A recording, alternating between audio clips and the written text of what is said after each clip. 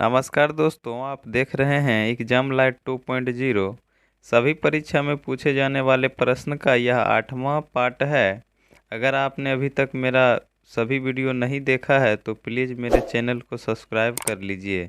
अगर आप सरकारी एग्जाम या प्रवेश परीक्षा की तैयारी कर रहे हैं तो यह सीरीज आपके लिए अत्यंत महत्वपूर्ण है। तो चलिए दोस्तों, आज का पहला प्रश्न स्टार्ट करते हैं। 1 रुपये के नोट पर किसका हस्ताक्षर होता है? तो दोस्तों, इसका राइट जो आंसर है वित्त मंत्रालय के सचिव। बाकी 1 रुपया को छोड़कर सभी पे रिजर्व बैंक ऑफ इंडिया के गवर्नर का हस्ताक्षर होता है। अगला प्रश्न है, भारत में प्रथम नियमित जनगणना किस वर्ष की गई? तो दोस्तों, इसका राइट आंसर है नियमित जनगणना की गई 1881 में। उस समय गवर्नर जनरल थे लॉर्ड रिपन। 1872 में जनगणना की शुरुआत की गई थी। अगला प्रश्न है, भारत में राष्ट्रीय आय के प्रकलन तैयार किए जाते हैं। तो दोस्तों, भारत में राष्ट्रीय आय का प्रकलन केंद्रीय सांख्यिकी संगठन द्वारा तैयार किए जाते हैं। अगला प्रश्न है, मिशन इंद्रधनुष संबंध है। तो दोस्तों, इसका राइट आंसर है इनमें से सभी। मिशन इंद्रधनुष 7 रोगों के टीके से संबंधित है। तो पहला रोग है डिप्थीरिया, दूसरा है टेटनस, तीसरा पोलियो, चौथा काली खांसी, पांचवा तपेदिक यानी टीबी, छठा खसरा और सातवां हेपेटाइटिस बी है। यह योजना 25 दिसंबर 2014 को प्रारंभ हुआ था। अगला प्रश्न है, कृषि उत्खनन, पशुपालन, मछली पालन अर्थव्यवस्था के किस क्षेत्र में आते हैं? तो दोस्तों, इसका राइट आंसर है प्राथमिक क्षेत्र। प्राथमिक क्षेत्र के अंतर्गत कृषि उत्खनन, पशुपालन, मछली पालन आता है। द्वितीय क्षेत्र के अंतर्गत उद्योग और तृतीय क्षेत्र को सेवा क्षेत्र कहा जाता है। दोस्तों, यह बहुत ही महत्वपूर्ण प्रश्न है जो हर परीक्षा में पूछा जाता है।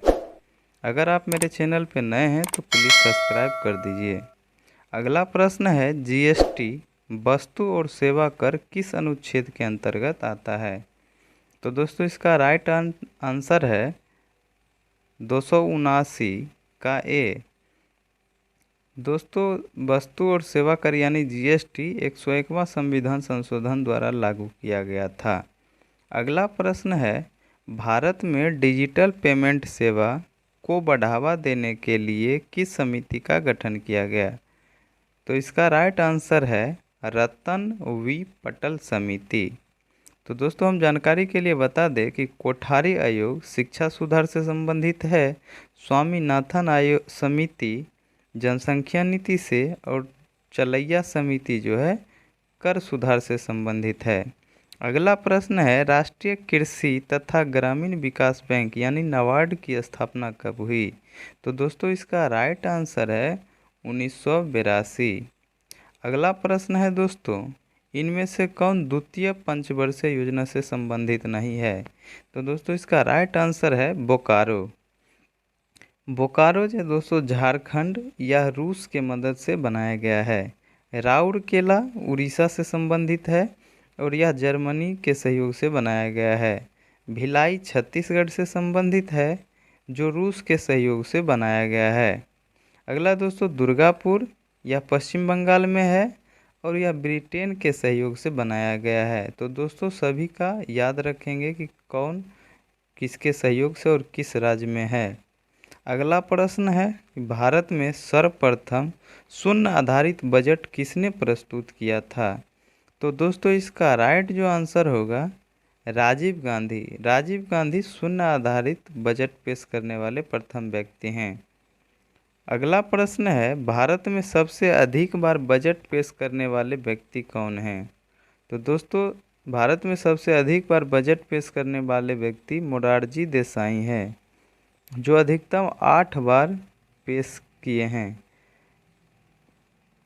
स्वतंत्र भारत के प्रथम बजट पेश करने वाले व्यक्ति जो हैं आर.के. शनमुखम हैं जो स्वतंत्र भारत के पहले बजट पेश किए हैं। अगला प्रश्न है, भारतीय स्टेट बैंक का पुराना नाम क्या है? तो दोस्तों, इसका राइट आंसर है imperial bank of India. Imperial bank of India, bank of India, bank of Mumbai, bank of Madras को मिलाकर बना था और बाद में इसका नाम बदलकर भारतीय स्टेट बैंक रखा गया। अगला प्रश्न है, बैंक नोट प्रेस कहाँ स्थित है? तो दोस्तों इसका राइट आंसर है देवास, मध्य प्रदेश। यहाँ दोस्तों 20 रुपये, 50 रुपये, 100 रुपये और 500 रुपये की नोटों की छपाई की जाती है। अगला प्रश्न है दोस्तों, रिजर्व बैंक ऑफ इंडिया की स्थापना कब हुई?